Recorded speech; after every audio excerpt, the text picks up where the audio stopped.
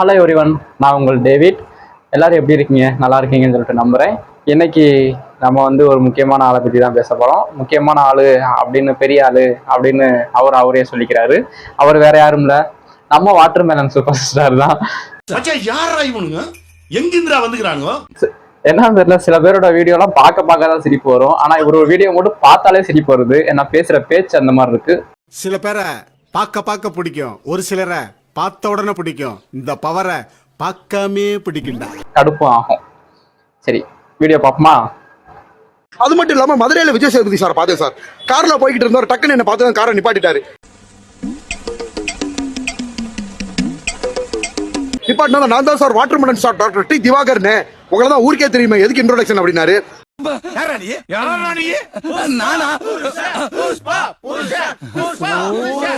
அதுக்கப்புறம் லைட்டா ஹக் பண்ணிட்டு போட்டோ எடுக்க முடியாத சிச்சுவேஷன் சார். ஏன்னா அவரு ஷூட்டிங்ல அந்த காஸ்டியூம்ல இருந்தாரு, பார்க்க முடியல. ஸோ விஜய் சேதுபதி சாரே பார்த்து பாராட்டுற லெவல் எனக்கு ரொம்ப சந்தோஷமா இருந்துச்சு. அவர் படத்துல அப்பெல்லாம் எனக்கு தெரியாது சார் படத்துல நான் வரப்போறேன்னு. ஸோ இப்போ வந்து நம்மளோட என்ட்ரி வந்து ரொம்ப சூப்பரா இருந்துச்சு சார். என்ன இருக்கு அதுல?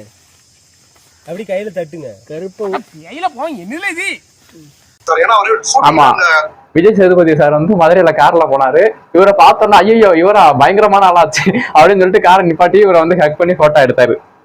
நான் யாருன்னு என்ன கேட்கறத விட வேற யாருண்டியாவது போய் அவர் யாருன்னு கேட்டு பாரு. அச்சுச்சோ அவரா பயங்கரமானவராச்சே, அவர்ல கொஞ்சம் ஜாக்கிரதையா இருக்குப்பா அப்படின்னு சொல்லுவா. எங்க பாருங்க, அதான் போய் கேட்டு வந்துடுறோம். சீக்கிரம் சட்டு முட்டுன்னு வாங்க, எங்கேயே வெயிட் பண்றேன். என்னத்த சொல்ல, அந்த ரசனை ஒரு சிலருக்கு தான் இருக்கும். இப்ப நான் வந்து கண்ணு ஒண்ணுல ஒரு அழுச்சேட அழுக்கு பண்ண போட்டாலும் அதுக்கும் ரசிக்கிறாங்க. அப்படியா? யாரு? நிறைய பேர் இருந்தா இவங்க மேடம் மாதிரி போன் பொண்ணுங்களா, ஐயோ சார் ரொம்ப அழகா இருக்கீங்க, அவங்கள கிண்டல் போன் பண்ணி சொல்ல மாட்டாங்கப்பா சார். நிறைய பேர் சார் நேரம் பாக்குற விட நேரம் பாக்குறப்ப இன்னும் நல்ல லுக்கா இருக்கீங்க, ஓகேங்களா? அவங்கள மாதிரி பொண்கள் சொன்னேன், அவங்கன்னு சொல்லல, அவங்க இப்பதான் ஃபர்ஸ்ட் டைம் பாக்குறேன். அந்த நிறைய பேர் யாருன்னு தான் எனக்கு தெரியல. இவர் வந்து அழுக்கு சட்டை அழுக்கு பேண்ட் போட்டு போனா கூட ரசிப்பாங்களாம். அந்த பரதேசி மட்டும் என் கையில கிடைச்சான். ஸோ அவங்களாம் வந்து அந்த மாதிரிலாம் பண்ண மாட்டாங்க பாஸ். இதெல்லாம் வந்து சாதாரண நபர் கிடைக்காது. ஸோ பிள்ளாளி ஏன் ஒரே ஆளா இருக்கிறதெல்லாம் ஹோல்டு பண்ணி வச்சுட்டு அவங்களே தெய்வமா போய் சிலையா போயிருவாங்களா?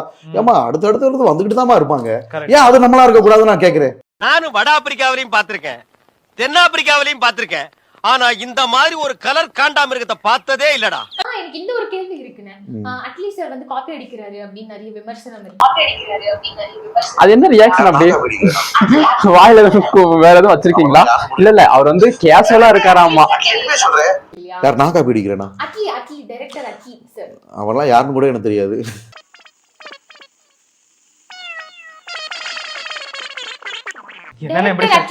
உண்மையை சொல்றேன், நான் நிறைய படங்கள்லாம் பார்க்க மாட்டேன்ப்பா, நிறைய டைரக்டர்ஸ் பெரிய தெரியாது. இந்த சோசியல் மீடியா உண்மையை சொல்லணும்ல, நான் அப்படி இப்படின்னு நம்மகிட்ட என்ன இருக்கோ அதை தானே சொல்லணும். மறுபடியும் போய் சொல்லாத.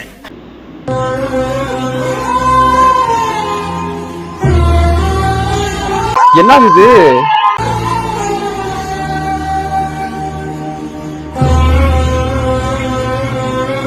அசையாத மரம் ஒன்று உய்ந்தது கீழே.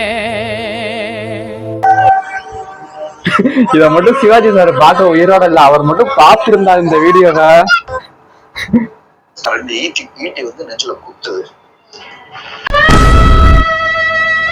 இப்ப சிவாஜி கணேசன் சார் கர்ணன் படத்துல நடிச்சிருக்காரு, ஓகேங்களா? 2 ஈட்டி வந்து நெஞ்சில குத்துது. हो गया इधर हो गया वॉकिंग किया सम किया लड़की में इधर जाने लगी तुम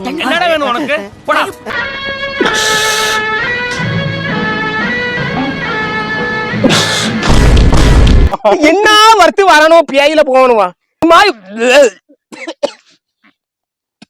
அந்த பக்கத்துக்கு அடிப்பொன் சாம்ராஜ்யம் சும்மா வரல, ஈட்டி குத்து அவங்களோட எக்ஸ்பிரஷன்ஸை காட்டுறேன். உண்மையிலே மயங்கொழுகிற மாதிரி இருக்கு. இது ஒரு படத்துல இன்னொன்னு முடிக்க போறியா? டேய் டேய் டேய் டேய் மாமா, என்னடே அவன் இன்னும் திருந்தல மாமா. இந்த வீடியோ பாக்குறதுக்கு 2 ஈட்டி எடுத்து ஏன் நெஞ்சில நான் குத்திக்கலாம் போல இருக்கு. தனுஷ் அண்ணாவுக்கு நடிப்புலயே இன்ட்ரெஸ்ட் கிடையாது.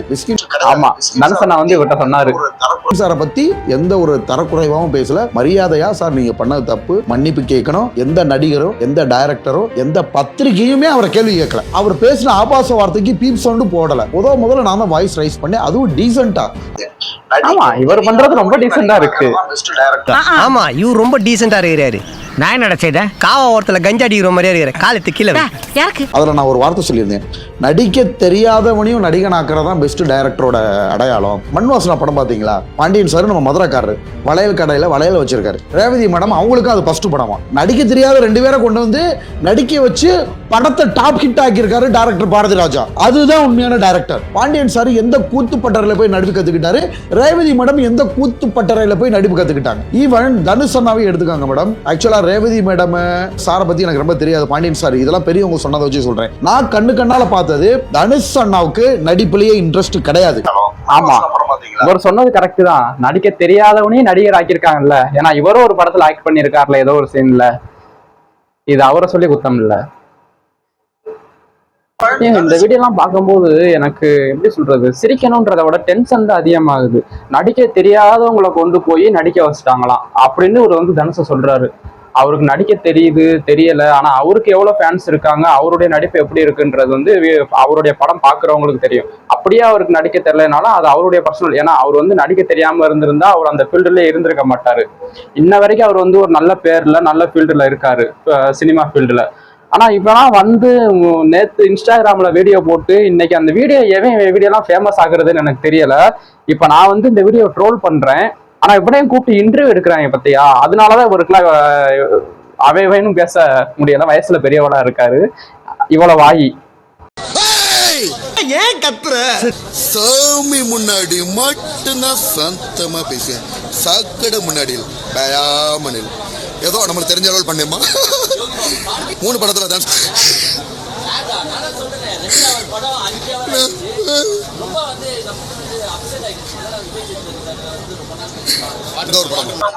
என்ன இது? நீங்க பண்ணது எனக்கு அது வந்துச்சுன்னா எப்ப ஹீரோவா பண்றீங்க? கூடிய விரைவில் நாயகன் அவதாரம் எடுப்போம்மா. அது ரொம்ப ரொம்ப காலத்துல இல்ல, ஸ்கிரீன்ல வரணும் நினைச்சா வந்துட்டோம். 5 படம் நடிச்சிட்டோம். இனிமே உள்ள திறமைகளை பார்த்துட்டு கண்டிப்பா ஃபியூச்சர்ல வந்து பாத்தீங்கன்னா நல்ல ஒரு நாயகன் அவதாரம் எடுப்போம். நம்மளுக்கு அப்படின்னு ஒரு பாண்டி லாங்குவேஜ் கிரியேட் ஆகும். ஒரு பெரிய லெவல்ல தமிழ் திரையுலகத்துல ஒரு தாக்கத்தை ஏற்படுத்துமா. பார்க்கவும் முடியல, பேசுறதை கேட்கவும் முடியல. எப்படிதான் மைக்க தூக்கிட்டு போய் இன்டர்வியூ எடுக்கிறாங்களோ எனக்கு தெரியல. எப்படி அவர் முன்னாடி நின்று அந்த ரியாக்ஷன் எல்லாம் பாக்குறீங்க? வீடியோலயே என்னால பார்க்க முடியல. கேரகம்.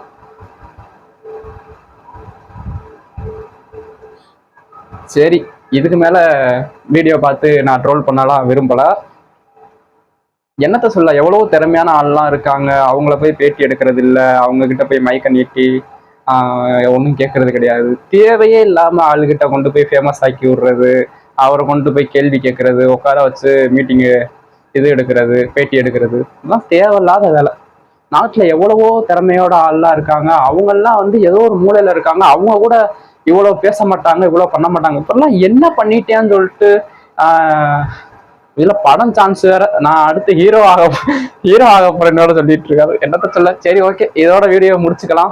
வீடியோ நல்லா இருந்துச்சுன்னா கமெண்ட்ல சொல்லுங்க எப்படி இருந்துச்சுன்னு. பிடிச்சிருந்துச்சுன்னா லைக் பண்ணுங்க. இதே மாதிரி நம்ம அடுத்தடுத்த ட்ரோல் வீடியோ போடணும்னா நம்ம சின்ன சேனலுக்கு எதாக இருந்தாலும் அது கொஞ்சம் ஆதரவு கொடுங்க. உங்கள் பொண்ணான கையை கொண்டு அந்த பெல்லில் தட்டிடுங்க. அவங்களுக்கு சப்ஸ்கிரைபர் 5-10 ஏறுனா அவங்க மனசு சந்தோஷப்படும். அவங்க வீடியோவும் பாருங்கள்.